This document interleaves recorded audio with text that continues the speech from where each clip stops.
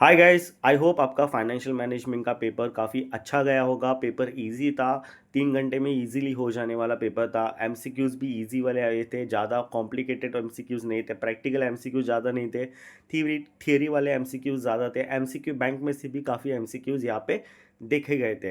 देखो, ये यहाँ पे मैं एमसीक्यू के सोल्यूशन दे रहा हूँ, तो मेरे सोल्यूशन थोड़े बहुत गलत भी हो सकते, सही भी हो सकते, ठीक है।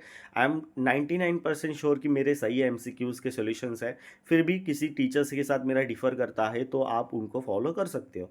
पहला एमसीक्यूज़ हमारा शेयर होल्डर का था। शेयर होल्डर का वेल्थ जो होता है वो मार्केट शेयर पे होता है, ठीक है, मार्केट प्राइस पे होता है। तो इंटू मार्केट प्राइस से इंटू करके हम उनका शेयर होल्डर्स का वेल्थ निकाल सकते हैं। सेकेंड वाला रिस्कियर ऑप्शन होना चाहिए। ये इफेक्टिव रेट ऑफ इंटरेस्ट का कैलकुलेशन था, ठीक है। इफेक्टिव रेट ऑफ इंटरेस्ट कैसे निकालते इसका फॉर्मूला हमने फाउंडेशन में ही सीखा था।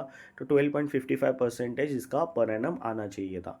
Then physical sorry monetary policies जो होती है वो सेंट्रल बैंक बनाती है, ठीक है।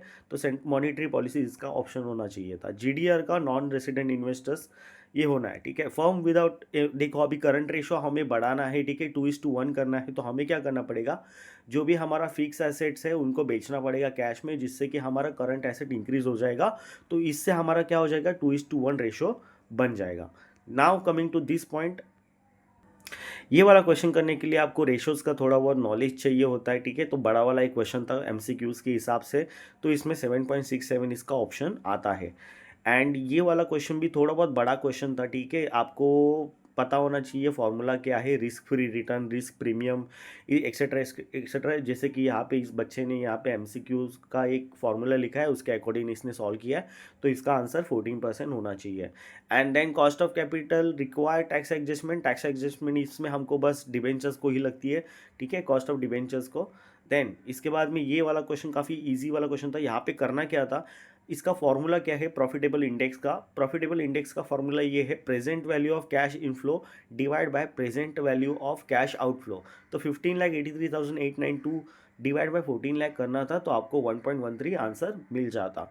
देन उसके बाद प्रोजेक्ट, यहाँ पे C F A T project के बारे में बताया, ये भी काफ़ी इजी क्वेश्चन था। आपको पे बैक पीरियड निकालना था कि like 60 lakh divide by 15 lakh, तो अपना 4 ईयर्स आता। 1/4 करते तो 25% अपना क्या हो जाएगा, पे back reciprocal percentage of the project, ठीक है, 25%। ये भी इजी वाला क्वेश्चन था। देन यहाँ पे ये वाला आंसर प्रिपरेचुअल इन्वेंट्री सिस्टम है, ओके। यहाँ पे ऑपरेटिंग साइकिल निकालना था। ऑपरेटिंग साइकिल मतलब एक पर्टिकुलर वर्किंग कैपिटल, मतलब पर्टिकुलर ट्रांजेक्शन्स होने के लिए कितना वक्त लगता है। तो यहाँ पे हमें कलेक्शन के लिए 35 डेज लगा, एंड इन्वेंट्रीज में हमारा प्रोडक्ट रहा 15 डेज, तो टोटली हमारे पास 50 डेज लगा, ठीक है। तो 50 डेज अपना क्या हो जाएगा, ऑपरेटिंग साइकिल हो जाएगा। Probability density function describe the characteristics of random variable, ठीक है, नॉन रैंडम वेरिएबल नहीं, रैंडम वेरिएबल आंसर होना चाहिए। इसका आंसर है, लास्ट वाले का आंसर है डाटा प्रेजेंटेशन आर्किटेक्चर, ठीक है। That's it. ये आपका एमसीक्यूज़ है। मेरे एमसीक्यूज़ थोड़े बहुत इधर उधर एक दो गलत भी हो सकते हैं, फिर भी आप क्रॉस चेक कर लेना। क्वेश्चन नंबर 2 पूरा अपना चैप्टर 1 जो है उसमें से ही आता है। जैसे कि मैंने बोला था, क्वेश्चन नंबर 3 का ए पार्ट काफ़ी इजी पार्ट था। आपको अगर फार्मूलाज कैसे वर्क करते हैं उसके बारे में पता होगा, तो आपने ये क्वेश्चन 7/7 किधर नहीं गए आपके, बस फार्मूला लगाना था एंड आपको आंसर्स निकालने थे। That's it. देन उसके बाद इंस्टीट्यूट ने यहाँ पे कैश फ्लो स्टेटमेंट पूछा था, ठीक है। कैश फ्लो में क्या पूछा था उन्होंने, इन्वेस्टिंग एक्टिविटीज़ पूछा था कि भाई नेट ऑफ इन्वेस्टिंग एक्टिविटीज़ बताओ। सो इन्वेस्टिंग एक्टिविटीज़ में क्या क्या आता है, तो वो सब हमें वहाँ पे डालना था, ठीक है। ये वाला क्वेश्चन पिछले बार में भी आया था, ठीक है।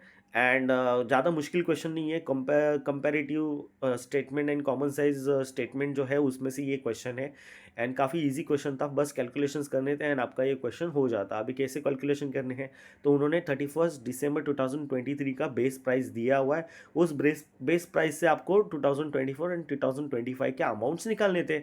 उसका भी उन्होंने सब जुगाड़ करके रखा था, आपको बस कैलकुलेशन आना चाहिए किस तरह से करना है। That's it. देन ये वाला क्वेश्चन मुझे लगता है कॉस्ट ऑफ कैपिटल का काफ़ी लेंदी क्वेश्चन था। इतना बड़ा क्वेश्चन नहीं देना चाहिए था इंस्टीट्यूट को। ये एक्चुअली 10 मार्क का क्वेश्चन होना चाहिए था, बट इंस्टीट्यूट ने इसको 7 मार्क्स का दिया। ये काफ़ी लेंदी क्वेश्चन था। इसमें काफ़ी कुछ पूछा गया था, like book value weights and market value weights, इन दोनों को पूछा गया था। तो ये लेंदी क्वेश्चन होने की वजह से आपको यहाँ पे टाइम लग सकता था, बट इंस्टीट्यूट ने थोड़ा बहुत इंतजाम करके रखा था आपका कैपिटल बजटिंग में। कैपिटल बजटिंग में इंस्टीट्यूट ने ये पिछले ईयर्स के ही क्वेश्चन पूछे हैं, मतलब ये पास्ट ईयर के क्वेश्चन है। और ये वाला क्वेश्चन है ना आपको पास्ट ईयर में भी दिखेगा, जिन्होंने पास्ट ईयर क्वेश्चंस किए होंगे उनको तो ये क्वेश्चन लल्लू लगा होगा। एंड ये वाला क्वेश्चन बी वाला क्वेश्चन जो है वो भी पास्ट ईयर का क्वेश्चन है, फाइनल का क्वेश्चन है ये एक्चुअली देखा जाए तो। बट इंटर में क्या कर रहा है पता नहीं है, बट बुक में भी ऐसा ही सेम टू सेम क्वेश्चन दिया गया है, आई गेस दिया होगा। ठीक है, तो देख लेना आप, पास्ट ईयर में भी ये क्वेश्चन फिर से आ चुका है। तो इजी क्वेश्चन थे कैपिटल बजटिंग में, जिन्होंने भी कैपिटल बजटिंग छोड़ के गए हैं तो देख लो यार, कैपिटल बजटिंग इजी देता है वो, आप खाली फुकड़ का छोड़ के चले जाते हो। देन वर्किंग कैपिटल काफ़ी इजी क्वेश्चन था। ठीक है, ये बुक में भी क्वेश्चन दिया गया है, ऐसे वाले क्वेश्चन काफ़ी दिए गए हैं, तो आपको बस कैलकुलेट करना था। बस इसमें एक मिस्टेक आपकी हो सकती थी कि आपने डेप्रिसिएशन को माइनस नहीं किया होगा। अगर आपने माइनस नहीं किया है तो आपको थोड़ा बहुत मार्क्स काटे जाएगा, क्योंकि डेप्रिसिएशन 1,20,000 को 7,44,000 में से माइनस करना था, बिकॉज वर्किंग कैपिटल में डेप्रिसिएशन को हम कंसिडर नहीं करते हैं। ठीक है, तो ये भी एक क्वेश्चन अच्छा क्वेश्चन था एंड मुझे देख के थोड़ा अच्छा लगा कि भाई इजी क्वेश्चन पूछा था थोड़ा इंस्टीट्यूट ने। ईओक्यू का क्वेश्चन आया था, ईओक्यू का क्वेश्चन तो हम कॉस्ट अकाउंटिंग में भी करते हैं एंड इसमें भी इन्होंने पूछा गया था।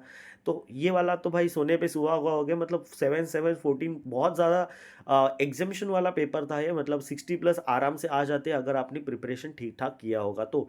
इवन तो आपने 60% प्रिपरेशन भी किया होगा तभी भी आपके 60% आराम से आ जाएंगे। देन हम इस क्वेश्चन पे आते हैं 7A का क्वेश्चन। ये 7A का क्वेश्चन थोड़ा बहुत ट्रिकी क्वेश्चन था। ठीक है, तो ये क्वेश्चन कैपिटल स्ट्रक्चर से क्वेश्चन था, थोड़ा बहुत ट्रिकी क्वेश्चन था। बट बी वाला पार्ट दो पार्ट्स करने थे, 2-3 पार्ट्स करने थे एंड आपको हर एक सिचुएशन का ईपीएस निकालना था। मतलब फॉर एग्जांपल कंपनी को 25 लाख रुपीज़ का प्लांट लगाना है, तो कंपनी को एक ये चाहिए था, मिक्सचर चाहिए था कि भाई हम डेब्ट्स ज़्यादा ले, मतलब कर्जा ज़्यादा ले, या फिर हम इक्विटी शेयर ज़्यादा ले। तो हमें वो ईपीएस से डिसाइड करना था कि किसको क्या करना है, तो जिसका ज़्यादा ईपीएस होगा वो हमें सिलेक्ट करना था, या फिर जो भी होगा वो ऑप्शन वहाँ पे आपको सिलेक्ट करना होगा। ठीक है, तो ज़्यादा ईपीएस वाला आपको यहाँ पे सिलेक्ट करना था। तो आपको हर एक सिचुएशन यहाँ पे इन्होंने दिया भी है कि भाई हम ये, मतलब कॉम्बिनेशन आपको दिया था इंस्टीट्यूट ने, आपको बस वो कॉम्बिनेशन के अकॉर्डिंग क्वेश्चन करना था, दैट्स इट। ये एक्चुअली कैपिटल स्ट्रक्चर का क्वेश्चन है, आपको इजीली आ जाता। एंड देन क्वेश्चन नंबर 8 अपना क्या बोलते हैं वो डेटा वाला क्वेश्चन था। ठीक है, तो डेटा वाला क्वेश्चन तो मैंने बोला था आपको कि भाई छोड़ के चले जाओ।